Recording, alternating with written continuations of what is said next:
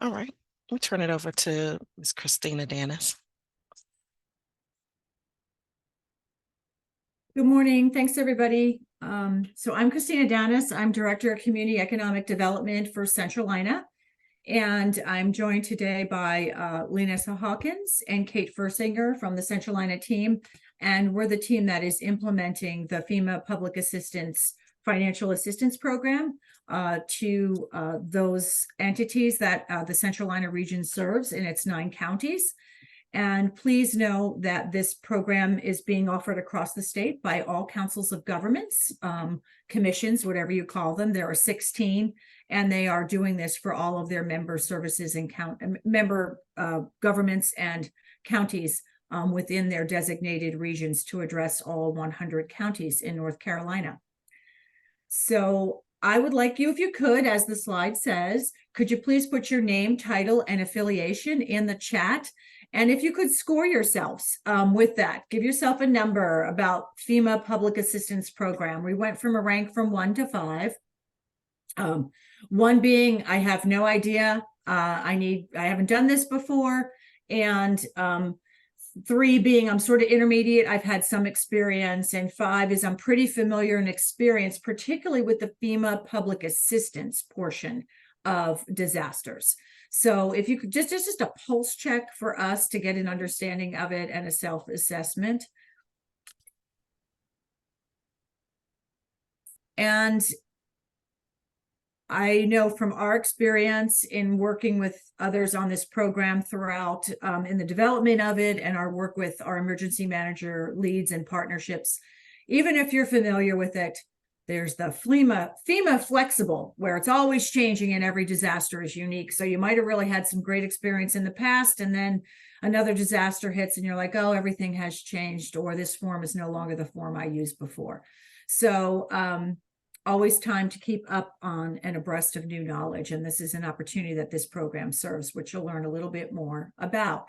So thanks to those of you. Let me get a quick look at what's going on in the chat. This is great. So we have a range. Okay, good. So we're sort of in the 1 to 3 range as I'm seeing that, and that makes sense. So I will kick off, next slide, a little overview of this, and then I will let my fabulous partners at Centralina introduce themselves as we take you through this very brief. We're going to honor your time, because as a result of this, we are not going to train you or give you all the answers you need for FEMA public assistance. We're going to lift up the opportunity for you to do that in the future with us as partners, and also an opportunity to have a one-on-one conversation about what you may need specifically, as this is really something that is customizable to your needs and what works best for you. It is not a one-size-fits-all approach. And so I want to level set on that. So what we're doing here is we are really building the bridge between our emergency management leadership and our local government unit leadership. And that is because when disasters strike, the best place for you to be is blue skies prepared and have everything in place, because your emergency management leader and response team is actually busy. And they're dealing with the disaster and dealing with things, and they need to rely on their local government unit and their department partners to be implementing knowledgeably on their behalf. And then the disasters last. They can last short time, depending on what it is, a long time, years, till close out. And your emergency management leadership is not going to be riding that ship and steering it all the way through. They're going to move on to the next disaster, the next thing. So it's really up to your local government units, whether they be at the county, the municipality, or the town, to ensure that this is carried out and that's part of the day-to-day staff. And this ensures our safety and economic resilience. We've been working on this grant since it was awarded by the state through funding to the councils of governments, all 16 of them, through something that we are the North Carolina Association of Regional Councils of Government, NCARCOG. And the funds were awarded in July of 2022, and we will expend them down between that time period and June of 2024. So the work we're talking about today with you all is the opportunity to work with you through programs Centralina will offer as well as meet with you and your towns to discuss next steps between now and June of 2024. This was funded by the North Carolina Office of State Budget and Management, particularly their disaster recovery component.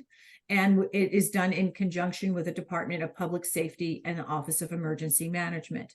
I am not a subject matter expert in FEMA public assistance, and neither are Kate or Linessa. What we are local government service experts. We're community development experts. And that's how we're going to help you to understand what the FEMA Public Assistance Program is.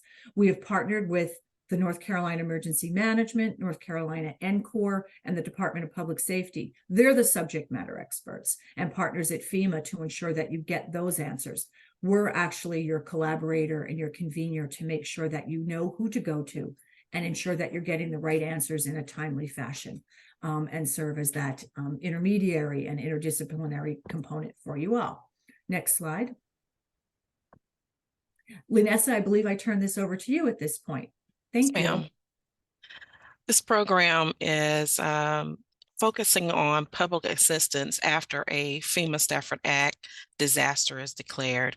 Sometimes the hazard events do not rise to the level of a FEMA declared Stafford Act disaster, and that is the focus of the training, to get you prepared for such a declaration, if you will. Because we have funding, we're offering this program at no cost to our local government units and partners in this region, so you don't have to worry about a fee of any kind. This is critical for timeliness of getting your reimbursements in to your communities, so that you don't foot the bill on and on and on, because it is reimbursement.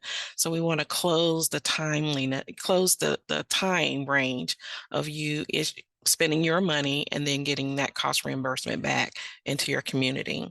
Centralina will assist you as local government staff using these subject matter expert vetted materials that could be in person, as we're offering in the month of February, as well as through virtual learning opportunities. It has the flexibility to give us that if we need it.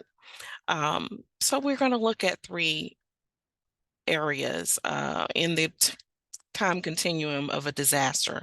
So you have a pre-disaster, and this is where you identify procedures in a blue sky state. That means there's nothing happening, no declarations, you're not in response, you're not in recovery, you are, there's blue skies. You want to prepare in advance of a disaster. And during the disaster, our hope is that you'll put into place best practices that will assist you in being able to submit a reimbursement and get it approved, and then have that reimbursement sent back to you, the cost that you incurred.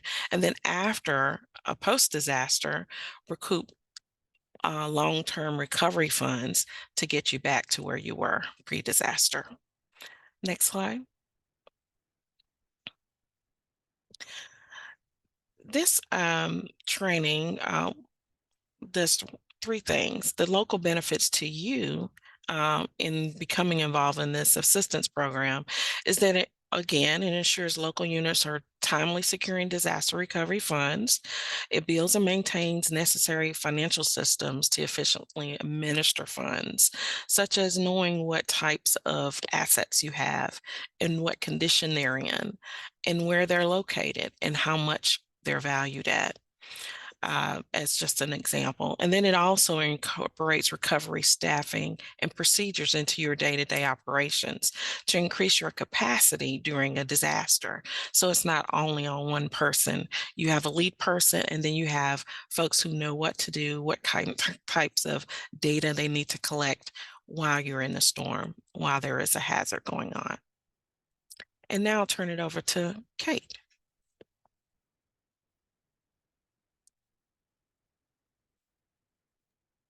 Did not find my mute button there. Hi, everybody. My name is Kate Fersinger. I am a Community Economic Development Coordinator with Centralina, and I've had the pleasure of working with Linessa and Christina on this project since 2021. So it's been a long time coming. We're really excited. Thank you for being here. Let's discuss program logistics. who needs to be there. County managers and other admin leads like financial department leads, emergency management planners, even public school district representatives, public utility department leads, public social services providers. These are among some of the groups that would benefit greatly from the program materials and resources that we'll cover in this training, or we're calling it a program. The goal for this PA financial assistance program is designed to be readily incorporated into hazard mitigation plans and then to adapt to various experience levels and then local challenges that you are experiencing in your individual units. So it ensures efficient public assistance processes. And to reiterate what Linessa said earlier, oh no, my slides are missing. There we go. This program will aim to support local government staff in meeting all FEMA PA requirements. It will identify recovery staff and incorporate those procedures into your day-to-day operations, as well as on blue sky days to ensure preparedness. And it will also ensure efficient and effective use of taxpayer funds. So Centralina will be offering 2 individual assistance opportunities on site at our office off David Taylor Drive. The first session will be offered on Thursday, February 8th, and the second will be on Tuesday, February 13th. Will both run from 10 to 3 p.m. and will include lunch. And we originally had in our communication to you all planned for a session to be held on January 23rd, but we are going to postpone that to February 13th. I think we had a few registrants for January 23rd. So we'll have to re-register those people for either February 8th or February 13th. This is a 1-part series, so you do not need to attend both days. The same content will be covered each day. But following this meeting, we'll send out a registration link so that you can register for one of these sessions. And there will also be additional opportunity for a future training or program to be scheduled. And we also, as Linessa and Christina mentioned earlier, will have opportunity to work with you how to best meet your needs on a virtual level if needed, and we'll have some virtual e-learning training modules as well. That's all we had. If there were any questions, also if you had a question later on or wanted to talk to us individually, you could reach out to Linessa, and her contact information is here on the screen.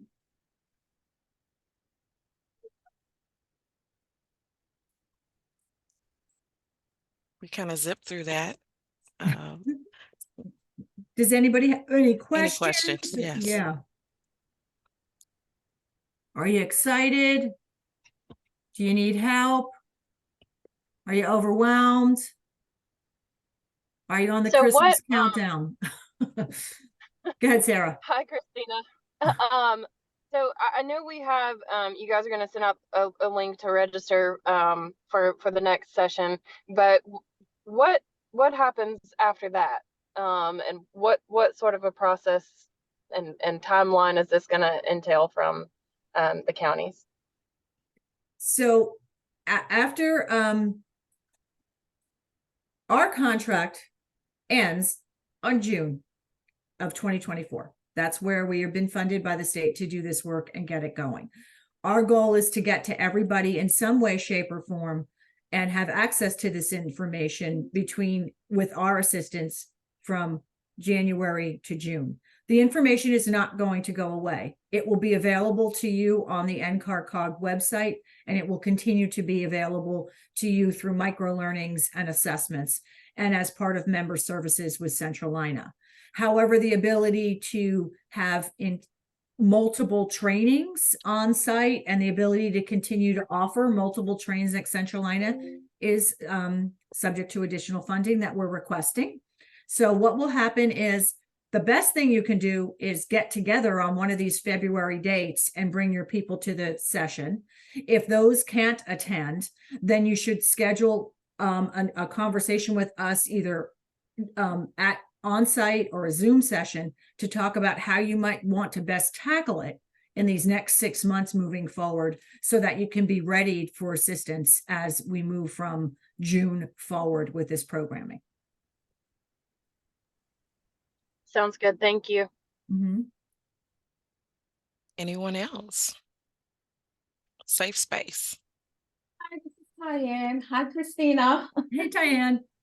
I have been designated from the county to attend this meeting because they wanted some background information. Will you be sharing the slides so I can present them to our finance and our county manager's office to let them know what was encompassed, because I wasn't sure who should attend this. And of course, I was designated because I normally deal with most of the special revenue and grants fund. So I was just wondering, would you share the presentation so I can present to them who they might think needs to attend the training? Yes, we can share the presentation, absolutely, and we have the recording, and we'll let that be available. And certainly, Diane, once you digest that, we're certainly available to circle back with you and have a conversation. Okay, thank you. Mhm. I'll send a follow-up email to everyone.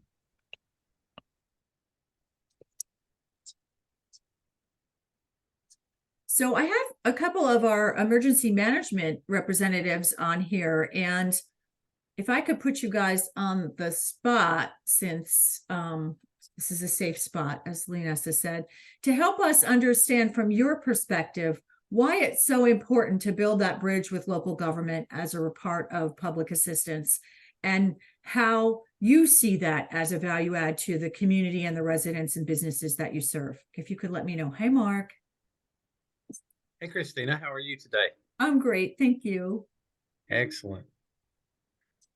I think that something you mentioned earlier during your introduction actually is actually correct, in that during disasters, our hands are pretty full with the management of the actual operational side of things, and the financial piece sometimes is a tough nut to crack, because of the requirements, even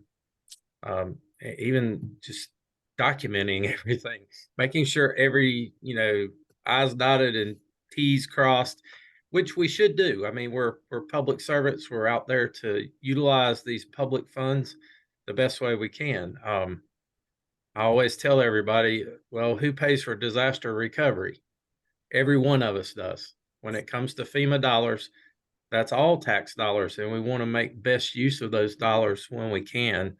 But to do that, it's a team approach, and finance, and that administration piece. I'll say it's not just finance; it's everybody that has to sign everything, and the whole mix of things that has to go on to make sure that we're using those dollars in the best way we possibly can. Early on, making sure that those people are engaged. The other thing is, and I think this is key sometimes, we often don't have unlimited dollars. Our monies are limited to some extent as to what we can do. And some of that is limited to, what the program itself will allow us to do, right?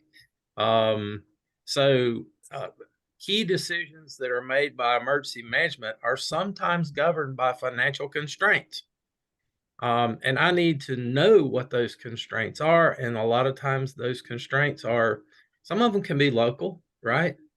And some of them, are pushed down to us from the federal side. You can only use the monies for this and this and this, and that's okay, but that's hard to keep up with sometimes. So having that administrative financial piece on board to help us understand in the emergency management community better what our constraints are. And sometimes, we don't even know monies are available for X, Y, or Z. And then somebody else comes from the administrator or the finance side and says, hey, you could have counted that, which would have made our recovery better in the long run. So I think just having a team approach around this, the finance administrative part is key. And it's oftentimes not until we get hit with a really, I'll call it a bad one, for lack of a better term. It's not until we get to that we really start to engage with those folks in a way that's meaningful, and productive. I think what you guys are trying to do here is to push that envelope a little bit and get us where we're on a little bit better footing. And I feel you know, a strong house is built on a good foundation. And these are foundational topics that help build our underlying response infrastructures to the point where we're capable of standing in it's what we've been pushing all along. It's that resiliency piece. This will make local government more resilient to be able to better withstand whatever may come our way. I don't know what that might be. So thank you, Christina. I appreciate the opportunity to have input with you this morning. Thank you, Mark. And you said it perfectly. Thank you. We're here to help you do what you need to do to make your community safe. Hey, Ian, how are you? Can you share a little? Yeah. Hey, Christina. I'll echo what Mark said. I think that early on collaboration and having everyone together as a team on the same page is huge. I see Kristen from the city is on this call too. And I'm proud to say we've done a good job here at the city on building that foundation and having those relationships and expectations in place for everyone when it comes to recovery funds and documentation. Kristen can confirm we really push our folks to make sure they're documenting and doing a good job of dotting those I's and crossing those T's, as Mark said, to make sure that we're squared away when it comes time to submit that paperwork to get that money back into our community. So thank you again. Thank you all for what you're doing. Thank you, Anne. And Sarah, I know you're here. And Sarah, I think if you are able to share a little bit in Union County about what your position is and as a local recovery manager, how that has been embedded day to day in Union County. I think you're the only person in 9 counties who has that title, but I'm not sure.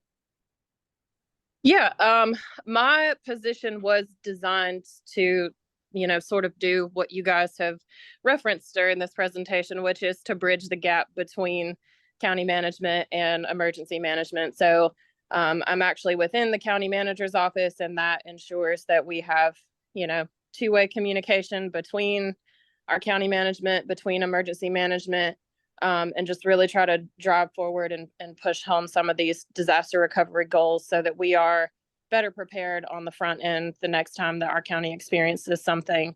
The last flooding event that occurred, I think, was when everyone realized this can be far more complicated and nuanced than we thought in terms of getting the reimbursements from FEMA. I'm also a FEMA reservist, and so I'm well aware of there are restrictions, there are a lot of nuances, there are processes, ways that you have to document things in order to qualify for reimbursement.